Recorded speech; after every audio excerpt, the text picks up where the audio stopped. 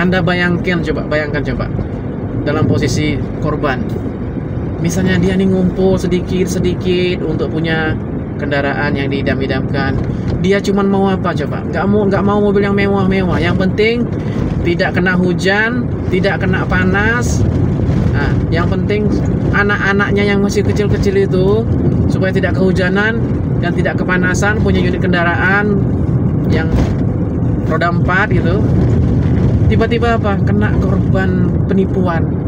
Alhamdulillah min zalik. Di mana hati nuraninya lagi? Oke, bismillahirrahmanirrahim. Assalamualaikum warahmatullahi wabarakatuh. Saudara-saudaraku sekalian, kali ini saya mau bahas masalah transaksi segitiga. Jadi gini, ada beberapa kasus atau cerita dari saudara-saudara kita di luar sana yang saya juga pernah mengamati. Itu ketika mereka beli kendaraan unit mobil bekas, salah satu yang membuat mereka tuh tertarik dengan membeli unit mobil bekas adalah harganya yang murah. Itu yang pertama. Yang kedua adalah ketika harganya murah, kondisi mobilnya pun bisa dibilang itu masih cantik, masih sesuai, masih seperti baru. Jadi gini ya, kalau untuk mobil dengan harga yang murah itu sudah menjadi tanda-tanda bahwa unitnya itu bermasalah. Kenapa?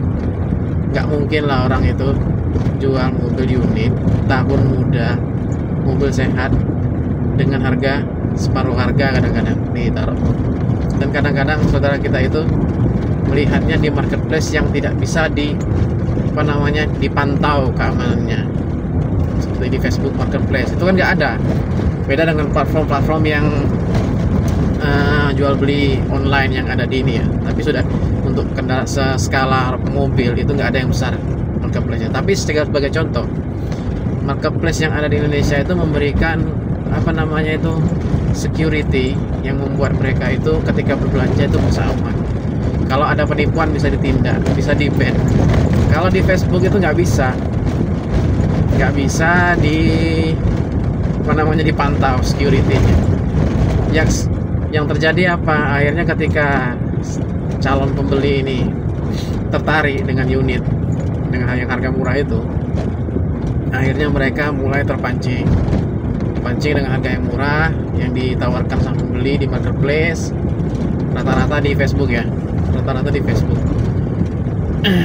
tapi tidak semuanya dalam Facebook itu ada yang bermain, tapi ada yang memanfaatkan, namanya kejahatan siber itu. Kejahatan siber yang membuat mereka itu memanfaatkan keluguan saudara-saudara kita yang tidak mengerti harga pasaran mobil ya.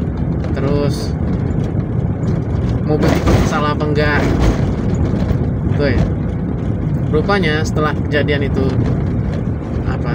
sudah ketemu sama orang yang katanya mau jual unitnya, rupanya mau ketemu nggak bisa ketemu. Dia minta dulu yang namanya panjar, minta dipanjerin.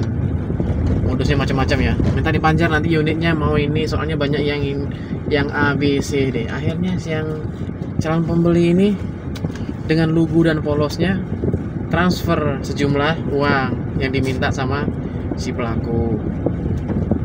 Nah, ketika sudah ditransfer, tiba-tiba kontak yang bersangkutan di WA nggak bisa dihubungi lagi. Facebooknya juga rupanya Facebook dummy. Nah, makanya hati-hati ya saudara-saudaraku, kalau misalnya di marketplace itu ngelihat, contohnya di Facebook ya, marketplace-nya, ketika kita mengklik suatu barang, kita lihat dulu tuh profilnya, lihat detail, lihat profil orang yang menjual, lihat temannya banyak apa enggak. Biasanya kalau dummy, dia itu basing aja, bukan basing, dia tuh sembarangan aja. Makanya di sosial media itu kalau bisa kita jangan yang namanya taruh foto-foto pribadi kita ya, dimanfaatkan orang. Saya agak jarang suka foto, jadi nauzubillah jangan sampai terjadi ya. Nah, mereka mengcrop foto orang. Kadang-kadang mohon maaf ya, mereka sangat berani sampai menggunakan foto profil dari seorang anggota aparat hukum gitu. Padahal saudara-saudara kita aparat hukum nggak ada yang seperti itu. Akhirnya mendiskreditkan saudara kita yang aparat hukum. Macam-macam itu dari profil Facebooknya. Ada lagi modus kedua, transaksi segitiganya apa? Ini yang menjadi korban malah yang punya unit gitu. Bukan yang pelaku atau calon pembeli. Caranya gimana? Dia itu misalnya yang penjualnya ini mengirimkan foto kepada calon pembeli. Ada pelaku yang berpura-pura menjadi calon pembeli.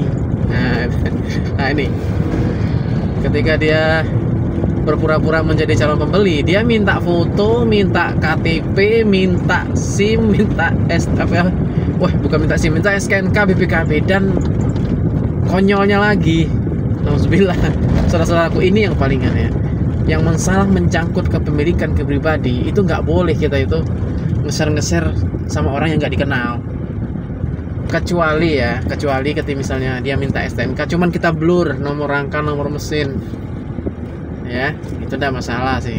Cuman mau ngelihat bahwa pajaknya hidup itu boleh, tapi di blur dulu. Tapi itu pun saya nggak merekomendasikan. Kenapa? Nanti ketika pelakunya itu menggunakan foto yang kita kirim, dia upload lah di marketplace. Dia upload di marketplace, dia rubahlah harganya tuh di bawah harga penjual yang tadi diminta. Namanya data-data yang tadi. Nauzubillah min dzalik. Dia sudah punya BPKB-nya. Jadi ketika misalnya ini harganya lebih murah, ada calon pembeli yang mau beli, dia sudah punya datanya tuh. Coba. Nah, akhirnya apa? Si pelaku ini meminta korban sejumlah uang juga. Tapi ketika uangnya sudah didapat, yang minta unitnya, dia minta panjar juga sih. Tapi kan kalau panjar kendaraan itu nggak kecil-kecil amat gitu, besar juga. Akhirnya ditransferlah sejumlah uang. Nah, ketika dia mengecek unit, dikasihlah kontak person yang punya unit. Wallahu a'lam, astagfirullahaladzim. Dikasih kontaknya. Akhirnya dia bilang, katanya saya mau ngambil unit, katanya.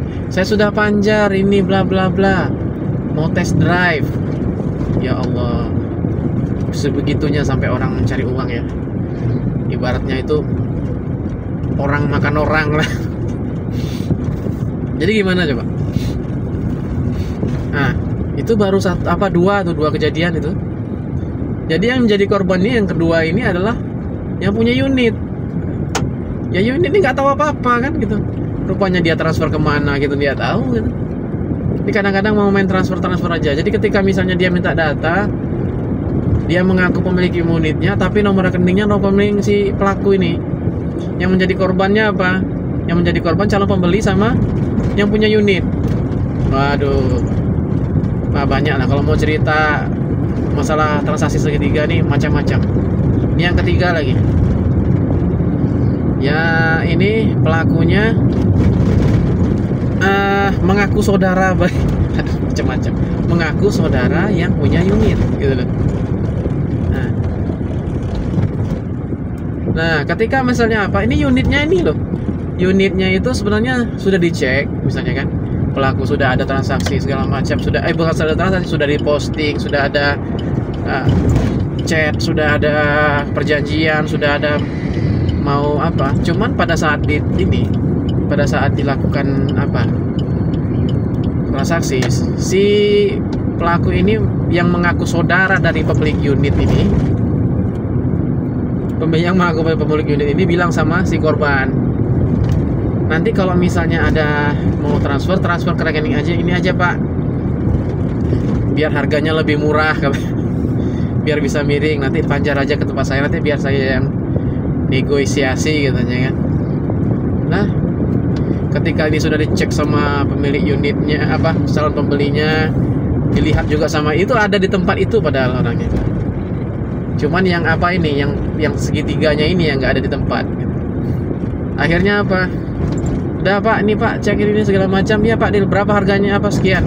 Ditransferlah ke pelaku. Nauzubillah min zalik. Yang calon pembelinya pun polos benar gitu. Nah, makanya dalam Islam itu ya, dari 3 kejadian itu dapat saya tarik kesimpulan gini. Yang namanya transaksi akad itu jangan antara si pihak perantara, bukan. Yang akad itu pemilik mobil sama calon pembeli. Bukan kita sebagai perantara. Kita cuma menyalurkan, mencarikan pembeli, mungkin boleh lah. Mungkin ada professional fee di situ. Atau kita punya jasa inspeksi yang kita gunakan untuk dia supaya mengecek mobil, karena kita ngerti dikit yang namanya masalah mesin. Ya kan? Tapi kita nggak boleh kelamaan ranah yang namanya sampai akad. Apalagi zaman sekarang tuh tinggal klik, kirim transfer, selesai. Tapi ketika ada transaksi ketiga, duitnya itu nggak bisa kembali lagi uangnya, karena sudah dimanfaatkan sama pelaku. Makanya saya bilang berkali-kali sama saudara-saudaraku sekalian, kalau mau jual unitnya, jangan kasih hal-hal yang masih sifatnya sensitif dan milik pribadi seperti STNK, BPKB. Jangan kasih dulu. Terus yang kedua, jangan transfer atau manjar-manjar, kecuali memang betul-betul percaya sama si yang namanya penjualnya ini. Terus yang ketiga, lebih berhati-hati. Kalau perlu ya, kalau yang namanya transaksi, jangan sendirian. Kan ada saksi, yang namanya jual beli itu kan akadnya kan harus sesuai. Akad itu sah ketika ada barang yang dijual, ada penjual, ada pembeli, dan juga ada keridoan, ada saksi. Keridoan itu keberkahan kalau misalnya antara kedua belah pihak, antara penjual dan pembeli itu saling meridoi gitu loh, bahwa barang yang dijual pun sesuai, barang yang dibeli pun sesuai, kan? Pihak penjual dan pihak pembeli tidak merasa dirugikan. Nah, itulah yang saya takutkan selama ini. Menjadi pedagang itu berat, saudara-saudaraku. Kenapa? Karena ini menyangkut uang yang tidak sedikit, apalagi jual beli mobil. Uangnya banyak dan berisiko tinggi. Nah, kalau misalnya sampai ketipu, wallah, Anda bayangkan coba dalam posisi korban. Misalnya dia nih ngumpul sedikit untuk punya kendaraan yang diidam-idamkan. Dia cuman mau apa coba? Nggak mau mobil yang mewah-mewah. Yang penting tidak kena hujan, tidak kena panas. Nah, yang penting anak-anaknya yang masih kecil-kecil itu supaya tidak kehujanan dan tidak kepanasan, punya unit kendaraan yang roda 4 gitu. Tiba-tiba kena korban penipuan. Alhamdulillah min zalik. Di mana hati nuraninya lagi coba? Mereka tuh nggak mau yang ibaratnya yang ketika yang beda dengan orang-orang yang punya banyak duit gitu loh. Mereka bilang 100-200 itu bukan menjadi perkara yang besar, tapi bagi saudara-saudara kita yang ngumpul sedikit-sedikit, ketika lebaran dia bisa gunakan untuk ke tempat mertuanya, orang tuanya, bawa anak-anaknya, tiba-tiba dimanfaatkan dan disalahgunakan amanahnya. Jadi itu haraplah berhati-hati ya saudara-saudara. Jangan terpukau sama harga yang murah. Sebenarnya saya mau buat video tentang cara melihat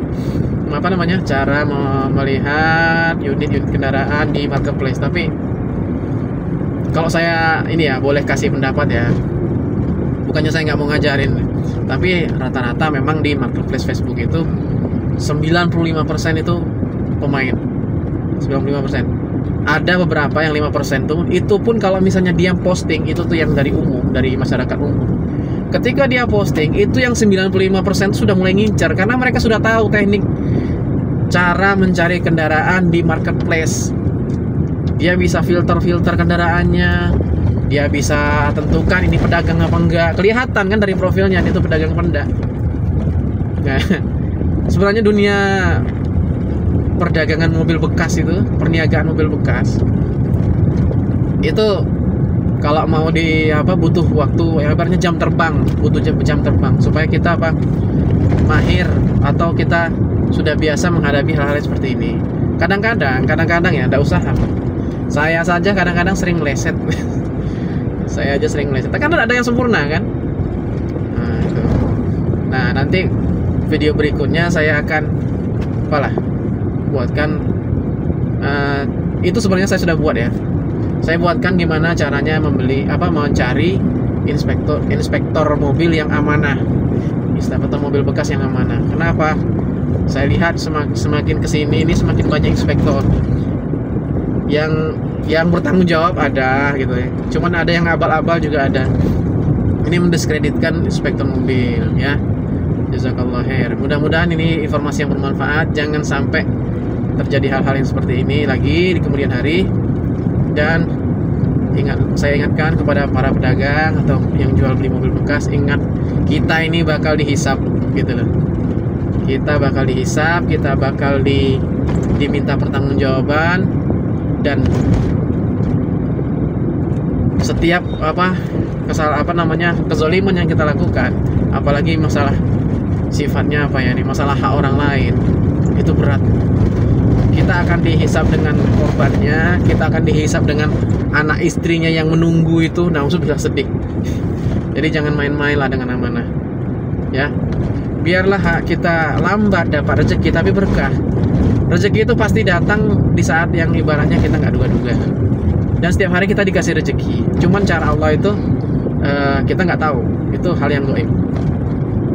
Oke ya. Saya kira cukup sekian. Assalamualaikum warahmatullahi wabarakatuh.